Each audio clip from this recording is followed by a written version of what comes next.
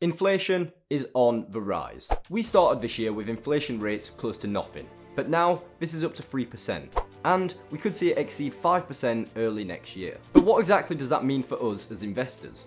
What can we do to combat the silent killer that is inflation? Surely there is a strategy that we can use or a portfolio that we can invest in to make the most of these unique times. But before we look into what we can do to make the most out of inflation, let's first take a look at the situation that we're in. Inflation is the rate of increase of prices of the goods and services in our economy. You can think of it as the decrease in the purchasing power of your money.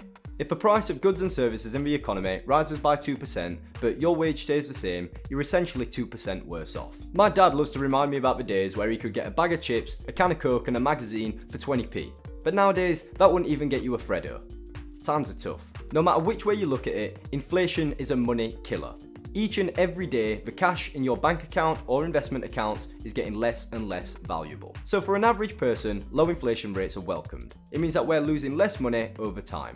But as inflation starts to rise, the panic sets in. Consumers typically spend less when inflation goes up because people refuse to pay higher prices. This in turn affects corporate profits because they're getting less sales, so the prices of the stocks could decrease in value. We're currently looking at inflation rates of around 3%, and it's looking like it could rise up to 5% soon. So the value of our money is decreasing fast. Inflation typically stems from the roots of the economy, the prices of raw materials and production costs that impact all areas of the economy. We've seen this recently with the shortages of fuel that we've seen around the UK. This was followed by a spike in prices, meaning that we're paying around £1.45 per litre when filling up our tanks. Unfortunately, inflation is out of our controls. We're at the mercy of the Bank of England, and until they step in, we'll just have to deal with it. So let's take a look at how this is going to affect us as investors, and what we should expect to happen. One of the worst things about inflation is that our real returns are going to decrease. This is the actual returns that you get after accounting for taxes and inflation. From when records began, the S&P 500 has earned annualized returns of 9.25% per year,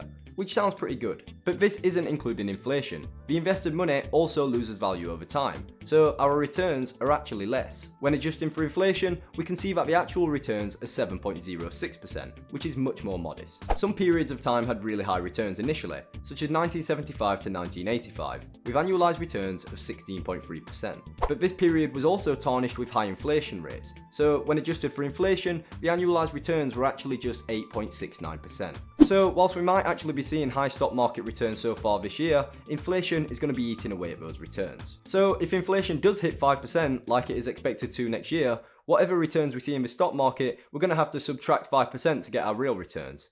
Imagine the impact that that's going to have if the returns turn out being negative in the first place. Another impact of high inflation is the increase in volatility that stocks show during these periods. As future inflation rates become uncertain, investors aren't quite sure on how this will affect the stock market, so people have conflicting opinions. This graph here shows the relationship between inflation uncertainty and price volatility for some European countries. The correlation is not perfect, but you can see that as the inflation uncertainty rises, so does the general volatility of the stock markets. This can also be seen every day in the emerging markets, which generally have less stable economies where inflation could be out of control. The emerging markets are infamous for their volatility, showing that variable inflation can cause a lot of uncertainty. Another asset class that can be hurt by inflation is fixed income, which we've talked about quite a lot recently. As inflation rises, central banks try to combat this by increasing interest rates, so that it's harder for businesses to loan money and grow. Rising interest rates tend to make bond yields rise too, and when bond yields rise, the prices of bonds decrease. So if you hold bonds whilst inflation is rising, it's reasonable to expect that your returns will be negative. This shouldn't put you off fixed income altogether though, because having fixed income in a portfolio is as much about risk management as it is earning returns. If central banks do decide to increase interest rates, making it harder for growing businesses,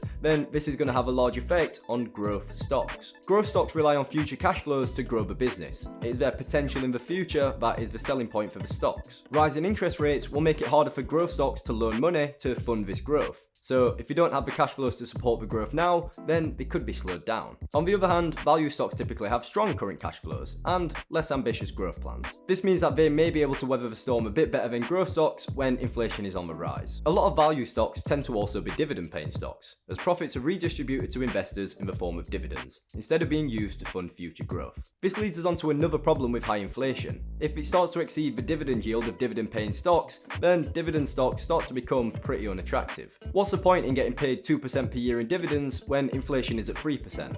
you're basically making a loss. Because of this, the price of income stocks can often fall when inflation rises, which can be a bad thing if you're already holding the stock, but at the same time, it could provide attractive buy-in opportunities if you don't hold them already. This data from Morningstar summarises some of the topics that we've just discussed, showing the returns for REITs, stocks and bonds, for an average inflation environment on the left and a high inflation environment on the right. The total return is split into price return, or capital gain, in green, and income return in blue. A key point to note is that the total return for both stocks and bonds are similar in both environments, but the higher inflation on the right hand side means that the real returns would be lower. So high or rising inflation can have a lot of effects on the stock market, or different asset classes. But at the end of the day, it all comes down to a lot of if, buts and maybes. The performance of these different assets will vary, depending on how long the inflation lasts for, how it is dealt with, or a whole other range of economic factors that make it too complex to boil down to a single solution. Changing an investing strategy in response to rising or high inflation would be the same as investing in an active portfolio, thinking that you know better than the markets. Nobody knows what is going to happen in the future, and unfortunately, there aren't any reliable trends or patterns that we can follow to try and make a profit from it. If there was a solution to investing in a high inflation environment that would be optimal, then everybody would be doing it. Trust me, you're not on your own if you don't know what to do when inflation is rising. This reinforces the importance of investing in a globally diversified investment portfolio. You have all bases covered, and if any particular market sector or region gets hurt by high inflation, then you're not going to get totally wiped out. Similarly though, if any of those sectors perform well, then they're still going to be included in the portfolio, so you're still going to capture at least some of those gains. Investing in a high inflation environment is a scary prospect because of all the uncertainty that surrounds it. But at the end of the day, what else are you going to do? If anything, it emphasises the importance of investing and staying invested, because if you don't, your cash is going to disappear. The Bank of England sets inflation rates of 2% per year, except in exceptional circumstances. So over our lifetimes, our money is inevitably going to become less and less valuable. Since 1995, or 25 years ago, £1,000 has become equivalent to today's £2,000. So in another 25 years, somebody becoming a millionaire is going to be less relevant. If inflation stays the same as it was before, then it's going to be equivalent to somebody today having £500,000. Because of this, the only rational comment that I can make today is for you to stay invested, or keep on doing what you're doing. There is no point in us responding to these economic factors which we have no control over. All we can do is focus on our goals and do everything that we can to achieve them. Changing investing strategies is going to be stressful, and possibly expensive. Besides, how are we going to know when to stop investing in the new strategy and come back to the original one? You could easily end up in an endless loop of changing your mind and changing your portfolio, trying to chase the best returns out there at any given time. To give a gentle reminder of how random the stock market is, we have a nice little chart here from Vanguard. It shows the returns of different stock market and bond indices every year from 2005. It is a waste of time trying to figure out which asset classes are going to perform best. There are far too many factors affecting the stock and bond markets. Inflation is just one of them. In the same paper, Vanguard go on to emphasise the importance of controlling what we can control. We have control over picking funds that have low costs, and having the discipline to stay invested in those same funds over time. Staying invested in a low-cost diversified portfolio has been proven to give strong results. Trying to chase after the best returns at any time will hurt our returns. This graph shows investor returns versus fund returns for different portfolio types over the past decade. Investor returns trail the fund returns across the board. This is because, as humans, we have a tendency to get scared, change our plans, and make the wrong decisions. Don't fall into the trap of hearing big, bad, scary news about these economic factors that are going to change the stock market. Just block them out and cancel out the noise. High inflation or not, the stock market is going to do what the stock market wants to do. And that doesn't mean it's always going to go well, because maybe it won't. But at the end of the day, if you're not invested, then you're going to lose out to inflation, because inflation never sleeps. For me, I'm just going to keep on doing what I'm doing, because I know that I don't know better than the markets.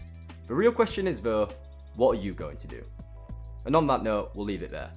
Thanks for watching everybody. See you next time.